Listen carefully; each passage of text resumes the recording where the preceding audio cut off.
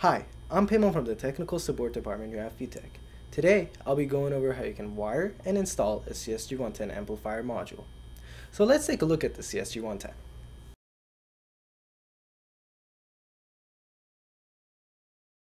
On the back of your lid of your CSG110, you can find the default switch configurations for your CSG110. The CSG110 also contains one male and one female DB9. The male DB9 is used for your voltage input, and also the voltage output is read from the same side. The female side of the DB9 is used for your sensor's input. Switch 1 is used for your excitation. Switch 2 is used for your polarity. And switch 3 is used for your gain settings. Switch 5, 6, and 7 are used for your current settings. The CSG110 comes with a 0 pot and a span pot. Also, the shunt button is located here in white.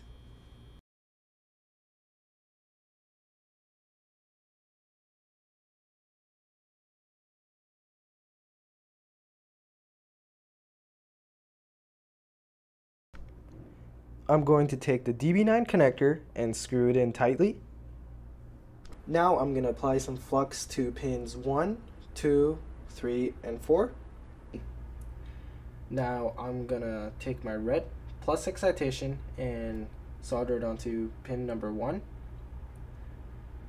Also keep in mind the pin numbers are labeled on the DB9. Next I'm going to take my plus signal in green and solder it onto pin number 2.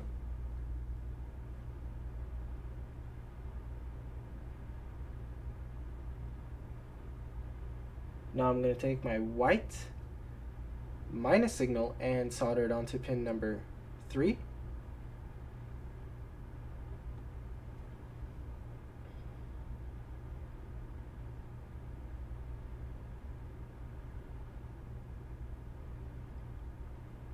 And finally, I'll take my black minus excitation and solder it onto pin number 4.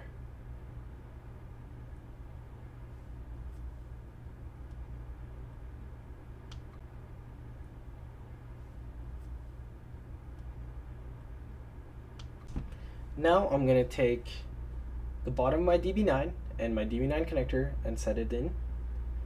Gonna push in my wire inside the bottom of the DB9 cover and put on the DB9 cover top. Now I'm gonna open the hole. Since I want to put in my DB9 screw, I'm going to put the cover washer on and insert the DB9 screw in there and insert the DB9 screw in the washer into the DB9 hole. I'll do the same the opposite side.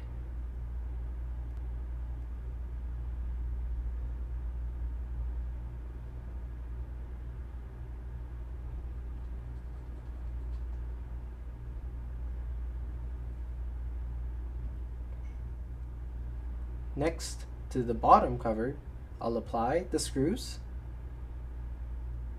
and the washer to the top.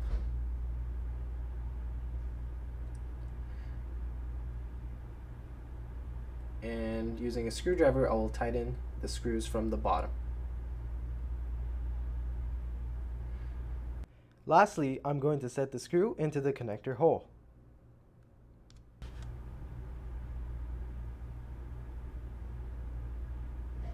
Just screw it in order to hold the cable tight.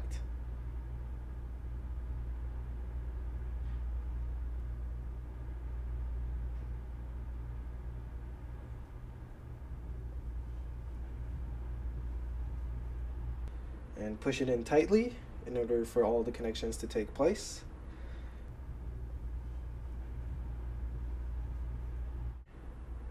In order to have a more secure connection, and do it for both sides, and we're good to go. So now I'll be explaining how to set up a CSG110 system for voltage output.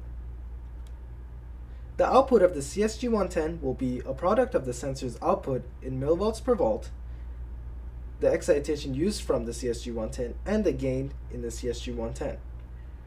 The product of the mentioned components should result in an output range close to either plus and minus 10 VDC or plus and minus 5 VDC. To set up your sensor for voltage output, you must know two things. One is the excitation level from the CSG110, and the other is the sensor's full-scale millivolt per volt output. The millivolt per volt output of your sensor can be found on its calibration certificate. You can find your sensor's calibration data on our FUTech website. Here, simply enter in your sensor's 5-digit serial number and then click the green Submit button. There are two excitation levels available for the CSG110 controlled by dip switch 1, also known as the excitation dip switch. Using the dip switch, you can choose up for 5 VDC excitation or down for 10 VDC excitation. By default, the CSG110 comes with 10 VDC excitation. So now we'll be setting up the gain. And here you can see under related documents, there's a gain settings. If you click the gain settings, you can download the file and use it. Once you have downloaded the gain settings spreadsheet, you can come and specify your excitation, your sensor's millivolt per volt output found on your sensor's calibration certificate, the lower and upper limits. Note that the upper limit will adjust automatically. The upper limit is used because the gain should place the output of your sensor and the CSG110 between the lower limit and the upper limit, allowing you to fine adjust the output using the span to potentiometer on the CSG110.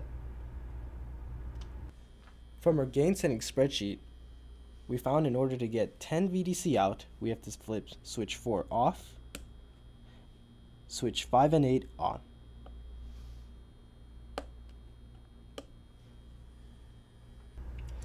Now, after configuring the appropriate gain dip switch configuration for your needs, we can now start adjusting the span and zero potentiometers.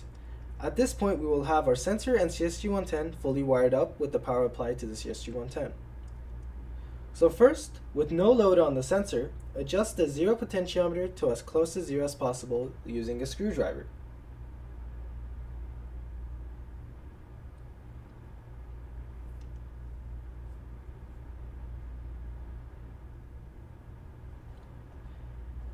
Next, apply a no load to your sensor and let it settle. It's ideal to use the sensor's full capacity when setting up the span and output for best accuracy. Adjust the span accordingly to get as close to the amount of voltage that is appropriate for the level of load as possible.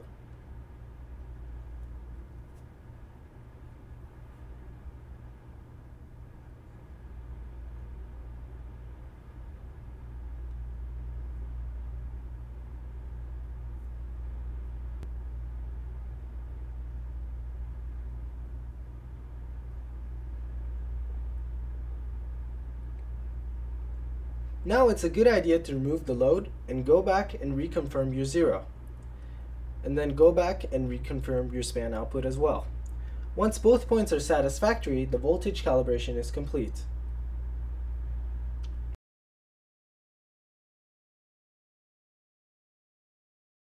It is important to note that the output voltage is passed through a current converting phase.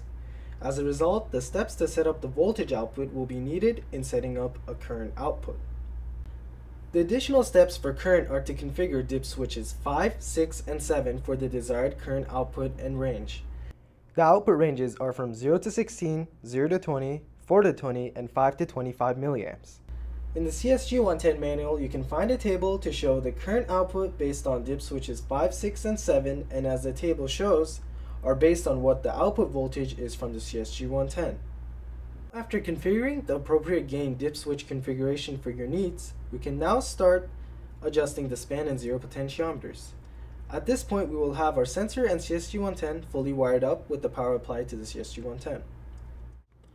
Using a screwdriver, adjust the zero potentiometer to as close to the zero load as possible. Next, apply a no load to your sensor and let it settle. It's ideal to use the sensor's full capacity when setting up the span and output for best accuracy. Adjust the span accordingly to get as close to the amount that is appropriate for the level of load as possible.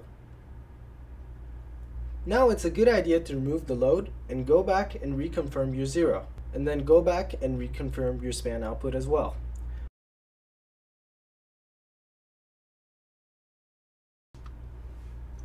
When shunting, an internal resistor in the CSG110 is placed across the sensor in such a way that the sensor and shunt stimulate an output.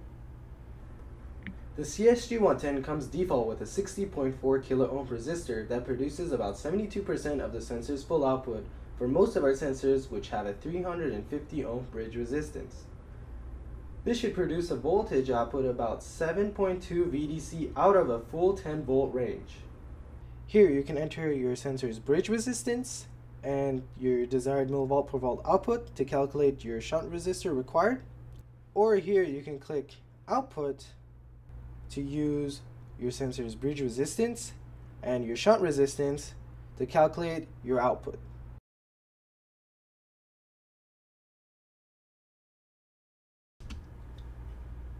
Now adjust the no load state using the 0 potentiometer. After you have done that, hold down the shunt button, and while holding down, adjust the span potentiometer to the appropriate output level for the shunt. For more information and support about the CSG110 and its wiring guides, please go to our website at www.futech.com/support.